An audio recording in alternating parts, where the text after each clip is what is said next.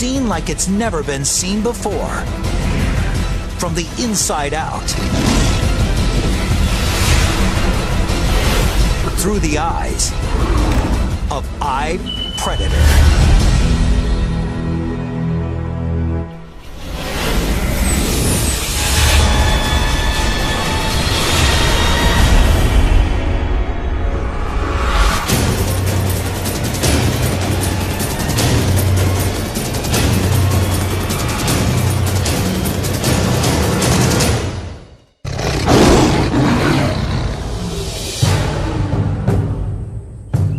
It's mid-September in East Africa,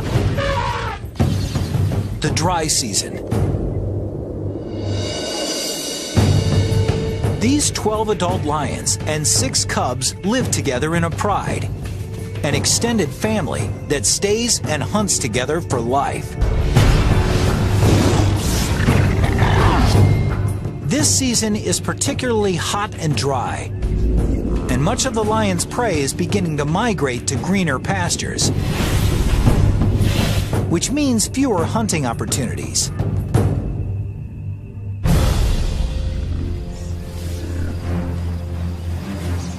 Each lion needs over 5 kilograms of meat a day, about 8,000 calories. And with fewer chances at a meal, this pride can't afford a botched hunt. But taking down an animal 5 times their size is not going to be easy. The buffalo present challenges. They're hyper alert to danger, sleeping only an hour a night, rarely more than a couple minutes at a time. A buffalo's sharp horns can span 1 meter, and they can easily kill a lion.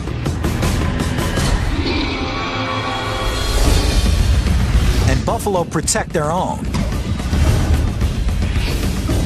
Smaller and weaker members stay in the middle of the herd, with mostly males forming a protective ring around the perimeter.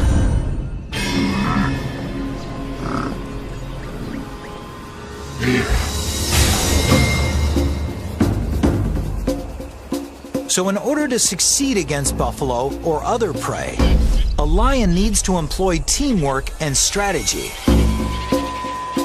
A lioness can catch a buffalo, but they can't bring it down by themselves. On the other side, a lioness could certainly eat a gazelle, but it can't catch a gazelle. It's not fast enough. So he's got this really tough. You need friends. You need friends. If these lions are going to share a meal of buffalo, each of them has to play its position well. Some are faster. They're able to run down the animal quicker. Some have the power, and they're a better animal for grabbing the muzzle of an animal or taking him down. Certain lions will find that they're more apt for doing certain challenges.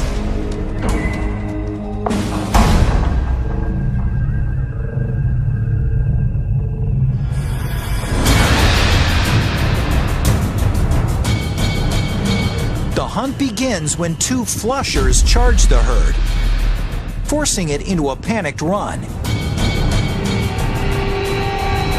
Then one of the pride's 2 strikers assesses the situation. She scans the herd, deciding which animal to target. She's looking for weaknesses, singling out the young or sick buffalo, or one that strayed from the herd. In a matter of seconds, she's found the target. A buffalo cow with 1 broken horn. Any fight serious enough to break something as durable as a horn probably did more serious damage to this buffalo. The average lioness can reach a top speed of 54 kilometers per hour. But the strikers, the fastest and most agile lions in the pride, can reach speeds of over 60 kilometers per hour. One striker races past one of the flushers and launches into an attack. She does this with incredibly engineered claws. Each paw has 4 sharp forward-facing claws and a backward-facing dew claw, each sitting in its own ball and socket joint, independently suspended. So as the buffalo tries to buck the lioness, she's able to continually adjust her hold. And that's no easy task. This lioness is being dragged with an unbelievable 3 Gs of force. It's like the claws on each paw are trying to hold on to a rocket just after launch. Soon, reinforcements arrive. 2 more lions jump on the buffalo's back and use their combined weight to try to bring it down. The 770-kilogram buffalo is now carrying 3 lions, weighing more than 400 kilograms. One lioness digs in with her massive canines, while another covers the buffalo's nose and mouth with her own mouth. Within 15 seconds, the buffalo experiences the onset of oxygen deprivation. He panics. This incites a spike in heart rate and rapid body movement, which rather than conserving what little oxygen he has left, eats it up. The buffalo starts to lose consciousness. His muscles relax. Finally, it's over. But after all that hard work, the star huntress may not even get to eat.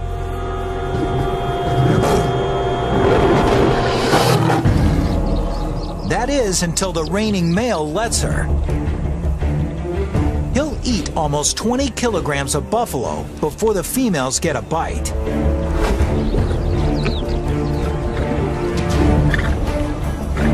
The male is predominantly the king, as it were, the head honcho, the big cheese. Prides typically have 2 or 3 males, but this pride has only 1. He protects the pride. He sires the cubs. And he patrols their territory, ensuring that no other lions encroach. He doesn't participate in the hunt as much as the females do, although he's the first to eat. It's good to be king.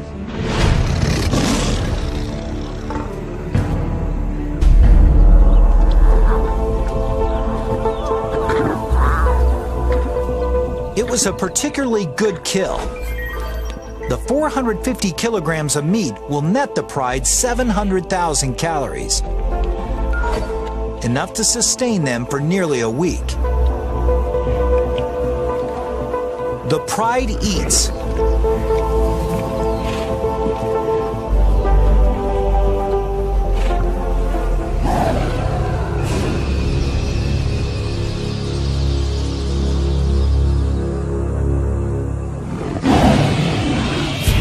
This roar from afar is a sound that spells trouble. The kind of trouble that could change this pride forever.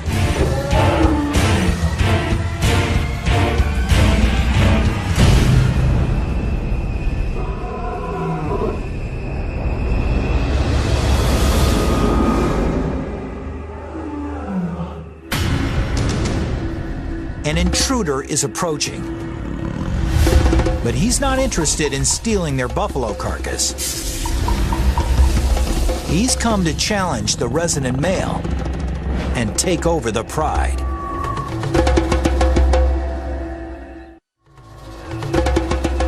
It's been a couple of years since the resident male was himself the challenger.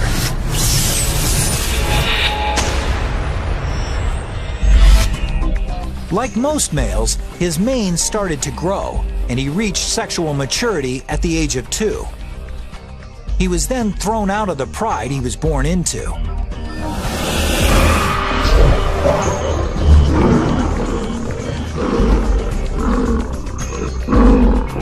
This serves an evolutionary purpose. Since he's related to all the females in his pride, he must leave in order to mate. But as a teenager, he wasn't strong enough to depose a resident male. So he roamed for more than a year, waiting for his moment to take over a pride. 2 years ago, he did.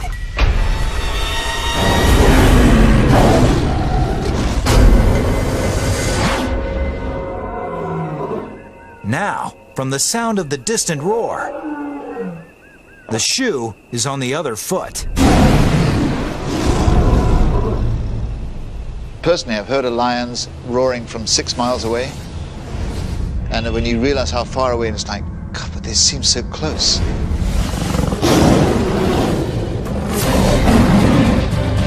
A lion's roar isn't just heard, it's felt. It begins when muscles between his ribs work like bellows, pushing air at 80 kilometers per hour over massive vocal folds, causing them to vibrate. But what gives the roar its power is the speaker cabinet between the roof of the mouth and the back of the throat. The sound resonates here, increasing in speed and intensity. And in this speaker cabinet, the lion can also manipulate his roar's pitch, the way an opera singer changes a note. The result is a sound that can reach 115 decibels, as loud as a rock concert.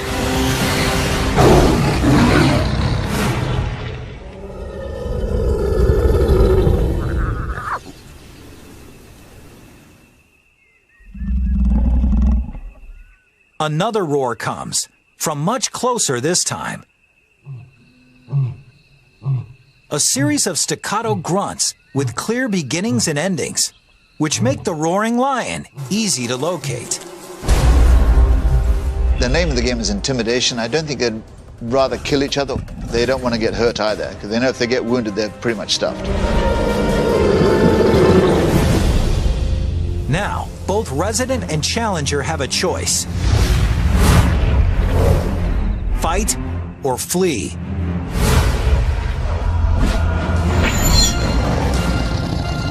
But it's no longer that simple. Suddenly, he sees that he's not just facing one lion, but two.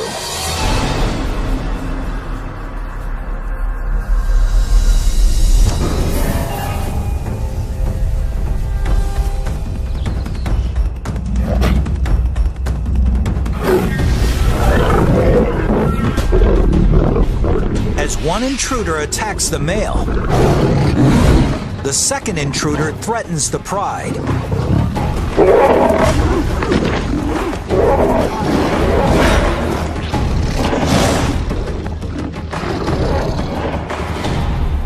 The resident male injures his paw and finally falls on his back in a gesture of submission.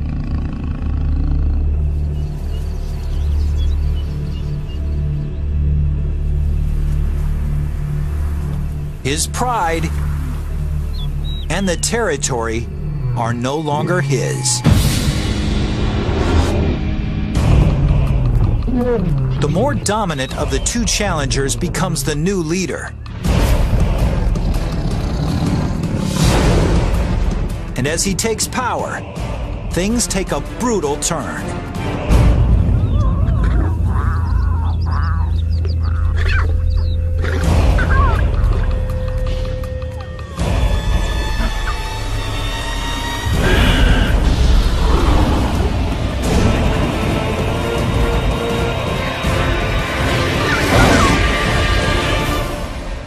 He kills all the cubs.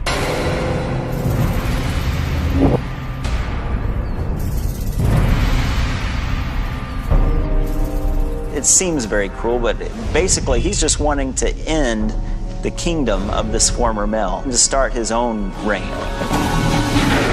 He's assuring that These are his kids, his genes that are being passed on to the next generation.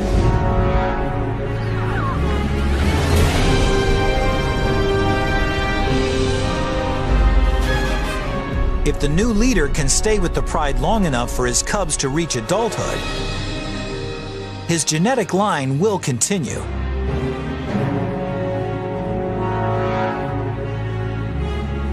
And though the females may initially resist the new resident male's efforts, at 225 kilograms, he weighs over 30% more than they do.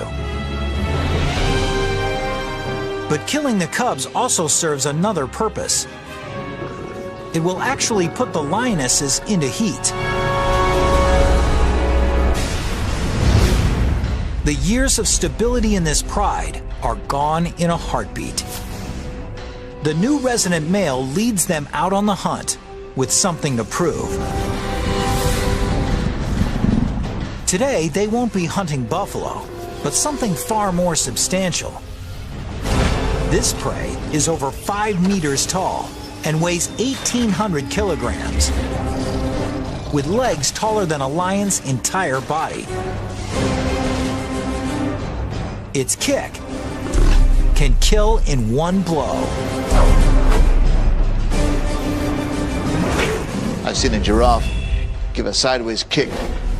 Can you hear the crack from 100 yards away? Caved his head in.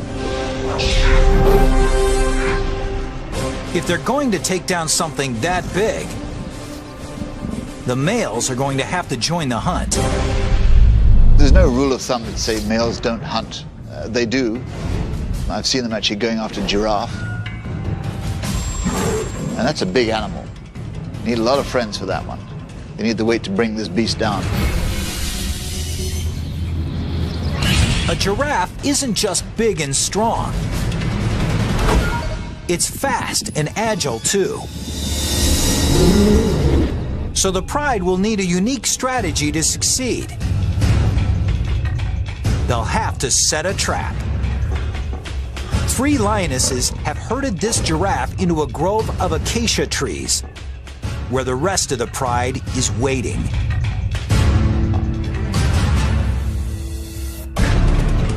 The giraffe is surrounded on 3 sides by the trees, and the lions are sealing off the 4th side. With nowhere to go, the giraffe begins to panic.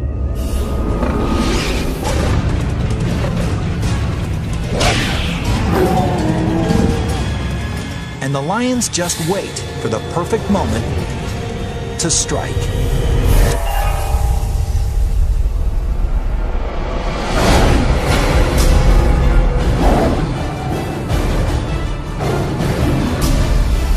Even with an entire pride on him,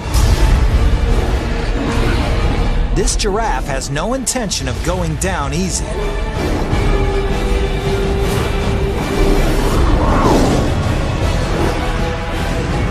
And it takes nearly an hour to kill it.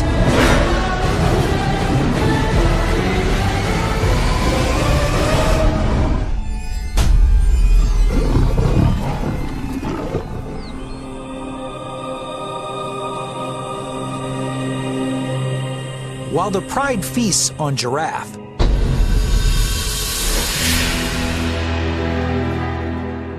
less than 2 kilometers away, the ousted male wanders alone on the savanna, getting hungrier.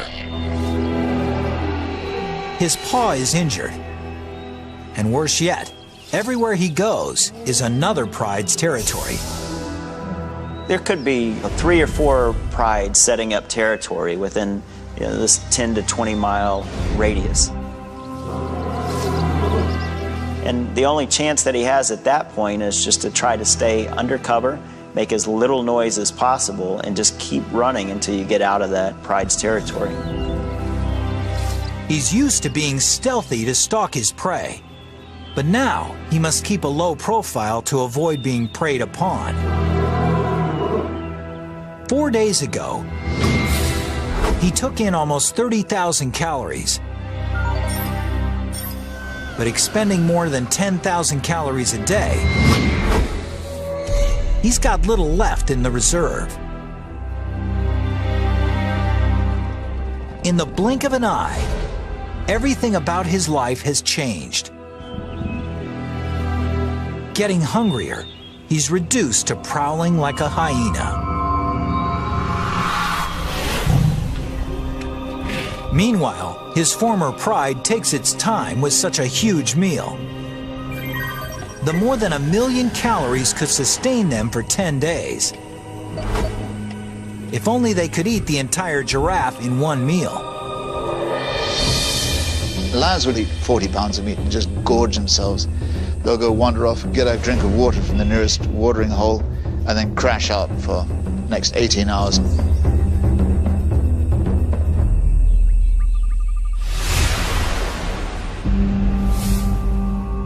When they wake up, hyenas have taken the carcass and had a feast of their own.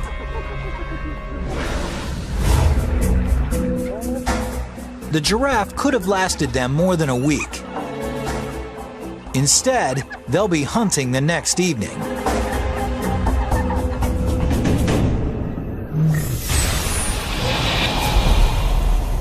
When the sun is down, it's cooler on the savannah. But it's not comfort driving lions to hunt at night. It's strategy. 100 yards away at nighttime, we probably wouldn't even be able to see that there's an animal there. But a lion could probably even see the animal breathing. Buffalo have very limited night vision, so they're particularly wary.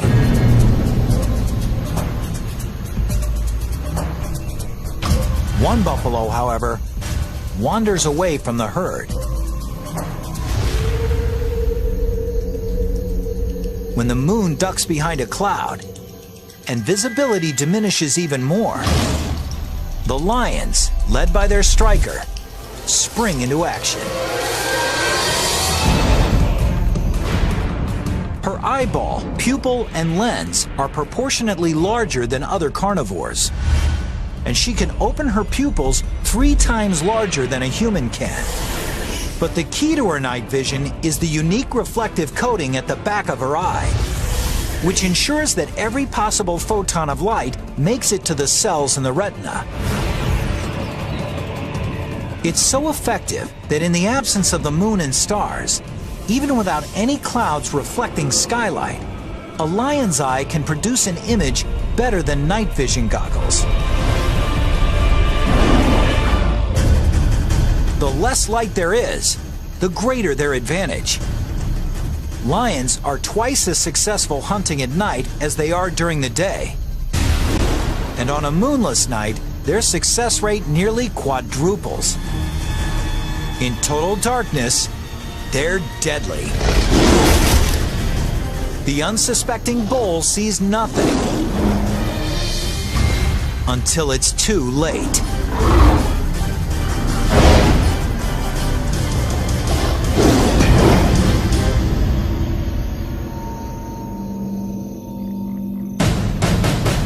"20 kilometers away, their former leader still struggles to face the brutal reality of life without the pride. He sustained an injured paw in the fight he lost. And it doesn't seem to be healing quickly enough. Until it does, he can't hunt fast-moving prey. So he's been without food for 7 days. His body is beginning to break down muscle for energy, which means he's getting weaker. Luckily, though, his eyes are still good. He spots something in the distance, a sleeping hyena. His hunger spikes as he stealthily approaches to within striking distance.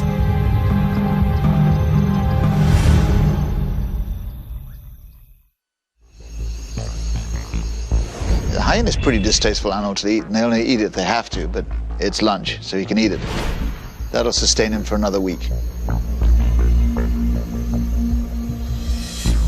Hyenas can be light sleepers, so this lion must walk in deadly silence.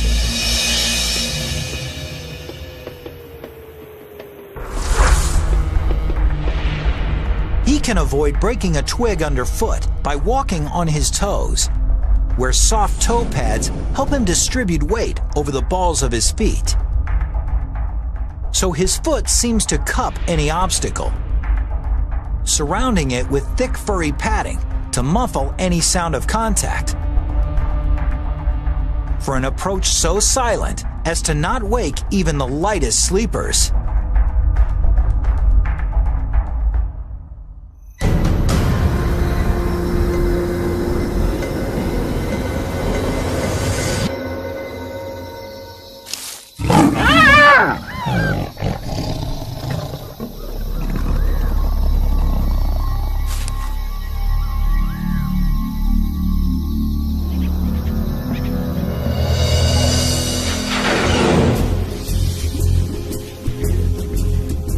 The 40 kilograms of lean meat nets him about 60,000 calories.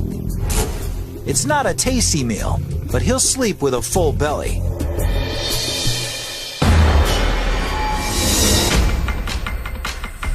A week later, back at his old stomping ground, things have changed. The dry season is in full swing, and the buffalo have moved on to greener pastures. So, out of necessity, his old pride has been looking to other less desirable prey.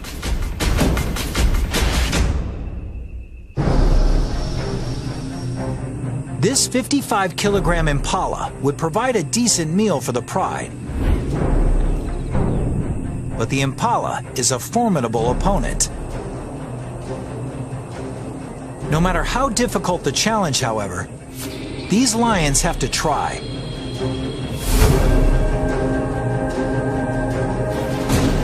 Because if they don't kill at every opportunity, they risk sending themselves down an irreversible path towards starvation.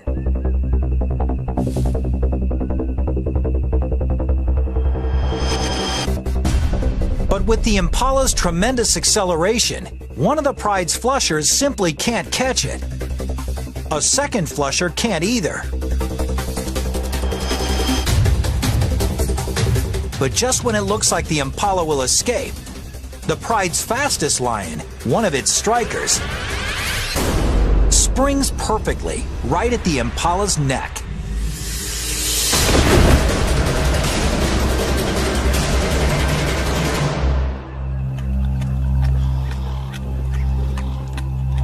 All this might seem like a lucky break, but the whole chase was carefully planned.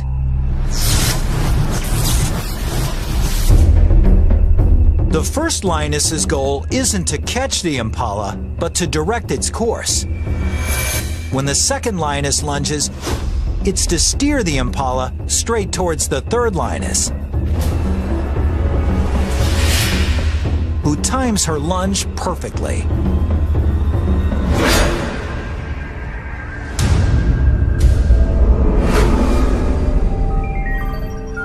Each lioness nets about 4,200 calories. But the kill comes at a price. The lioness who made it, the pride's fastest striker, injures her leg. And in the wild, even something like a small external wound can be worse than it looks.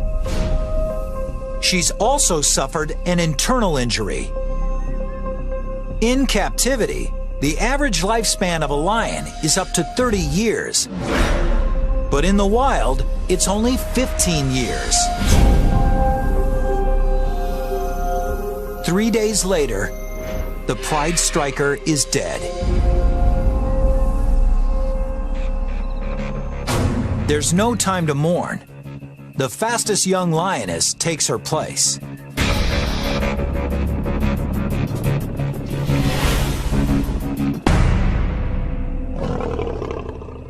But for this pride's former leader, playing alone in a team sport, there's no such backup. He's only got himself. He may survive for a while, eating scraps or picking up whatever he can. It's been 2 weeks since the old lion was thrown out of the pride he ruled for 2 years. Since then, things have gone from bad to worse.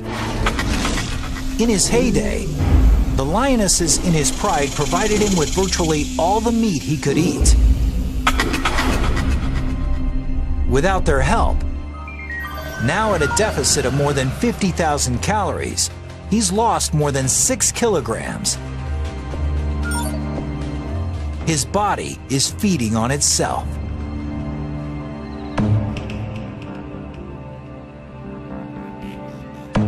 If he's gone a long time without eating, you also got to think he hasn't had any moisture either. Lions get most of their water from the prey that they catch. So he's extremely dehydrated, and at this point, he's in a weakened state. But the scent of a buffalo dying by a watering hole represents another chance at survival.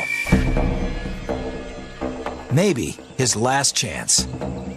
It's 550 kilograms of flesh. And with no other predators in sight, it's uncontested flesh. A buffalo this size could save his life if he can only manage to kill it. For him, it's truly do or die. A healthy lion could kill this buffalo with some of nature's most impressive teeth. His 7.5 centimeter canines are set 10 centimeters apart, the exact distance between the buffalo's cervical vertebrae. Slicing perfectly between the backbones, they can actually puncture the buffalo's spinal cord, paralyzing it. But heat and malnutrition have reduced this starving male's muscle mass. His canines can't get near the spine. They can't even pierce the skin. A healthy lion's canines can cut off the buffalo's flow of oxygen by clamping down around the trachea at an unbelievable 425 kilograms of force. 3 times more than a full-grown Rottweiler. But the old lion's bite force is far less than what it once was.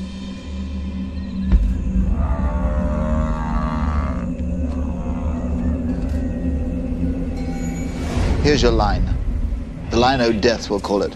Above here is an animal that can feed itself and hunt. When they get past this line, whether it be disease, thirst, or hunger, he gets too weak. If he cannot chase food and catch it, he's a goner.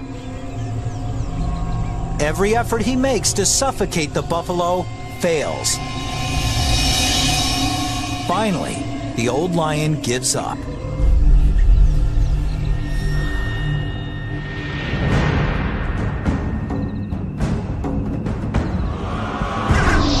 Things are only slightly better for his former pride. In the last week, they've taken only 2 antelope and a wildebeest calf.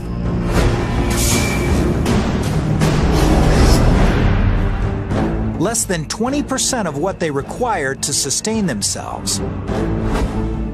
Hunting this smaller, faster prey means a greater reliance on the pride's fastest members. It's 2 strikers.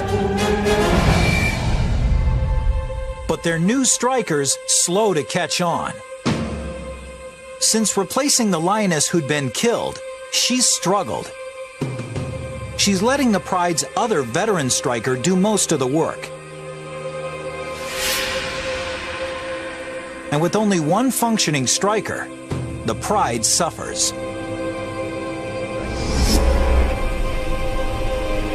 When they come upon a herd of small, fast-moving Thompson's gazelle, the rookie striker just watches as the veteran makes a dash for it.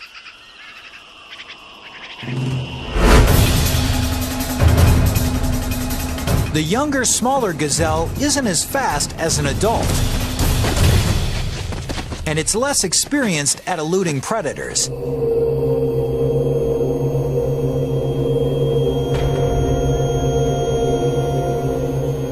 The catch is small. After After the pride's 2 males eat half, there's less than 1 kilogram of meat, or barely 1,000 calories for each of the lionesses. They're not just hungry, they're malnourished.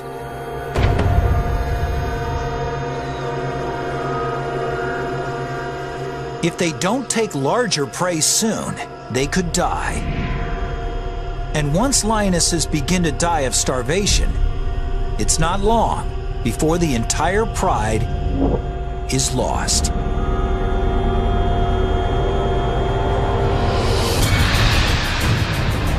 With the buffalo herds gone, and with 12 adults to feed, this pride can no longer afford to hunt small game.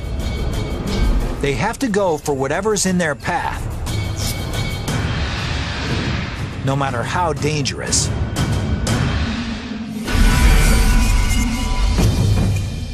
At 320 kilograms, a zebra is more than 15 times the size of the gazelle the pride last shared. One zebra could feed them all, and feed them well. But zebras are dangerous because they're so powerful. For the lioness who tries to take one, any mistake could spell disaster. A zebra has strong legs and a deadly kick, powerful enough to blind or even kill a lion if it connects. Anytime you go after a zebra, you're really putting your life in danger. I mean, severely. And it doesn't take a mortal wound. It takes just a heavy bruise, a broken foot, a smashed jaw, a broken back, and you're going to be hyena lunch within 24 hours. To make matters worse, with top speeds of up to 65 kilometers per hour, a strong zebra can often outrun a lion. And the only lions in this pride who can catch them are the 2 strikers.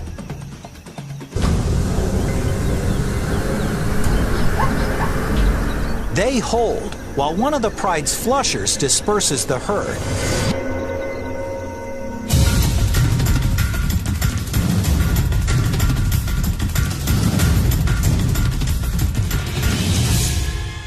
The veteran striker explodes.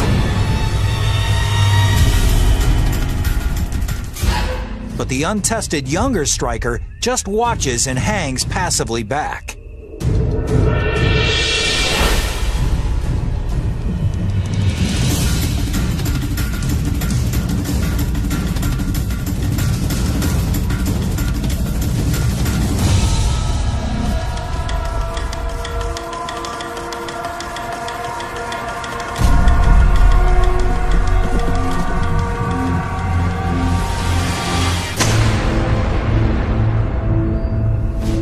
Why was this attack unsuccessful? It turns out that one of the biggest problems catching a zebra is seeing a zebra. Lions are colorblind. They have trouble distinguishing between the zebra's monochromatic vertical stripes and the tall green grass of the savanna. And it was just enough to throw the striker off target. Without a precise leap onto the zebra's back, she has no hope of wrestling it to the ground.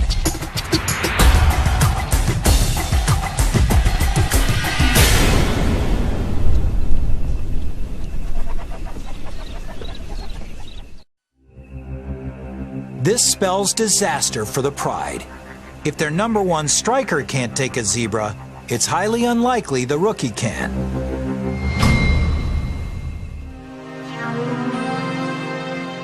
The pride moves off, but the rookie stays right where she is.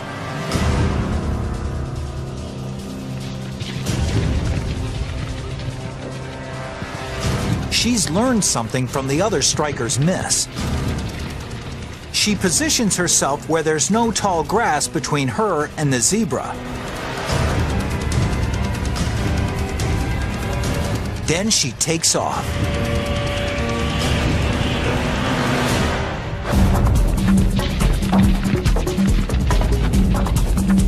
But if she's going to take this zebra down, she'll need a perfect leap and a perfect landing. A lioness is capable of leaping 10 meters.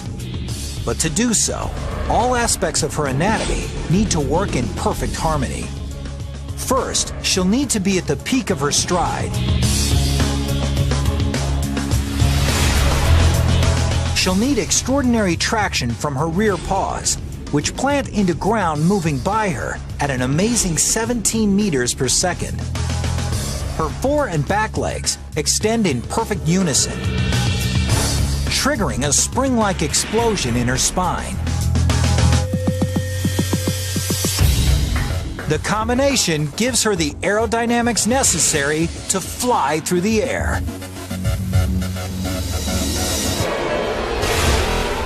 She latches onto her prey, tumbling with it until it falls.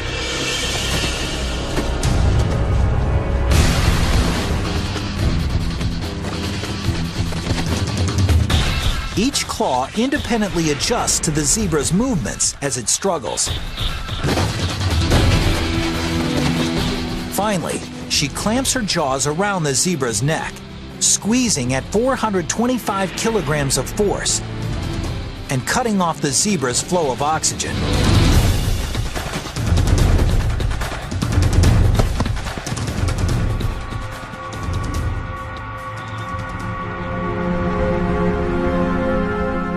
After she subdues her prey, the pride's two males move in to feed. Soon, they all get their share. It took a week for the rookie to step into her role as one of their two strikers, but when the chips were down, she saved the pride. They all gorge on the 320-kilogram zebra until each of its members can hardly move.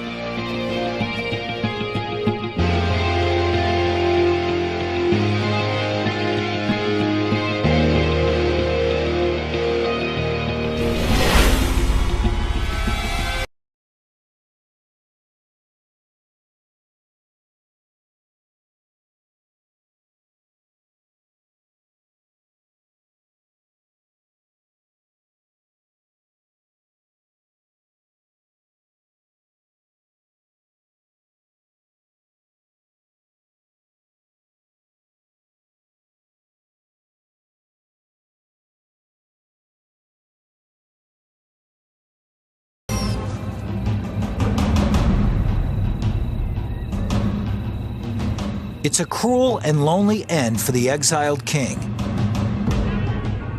But it's the same fate suffered by the male he deposed, as well as what awaits the males who deposed him, too.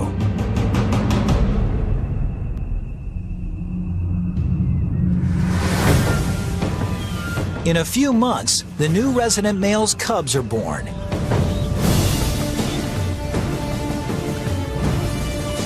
Someday, if they're lucky, they'll grow up to lead prides of their own.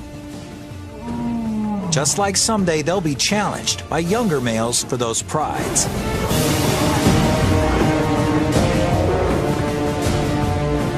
Such is life on the savannah, in an ongoing story millions of years old.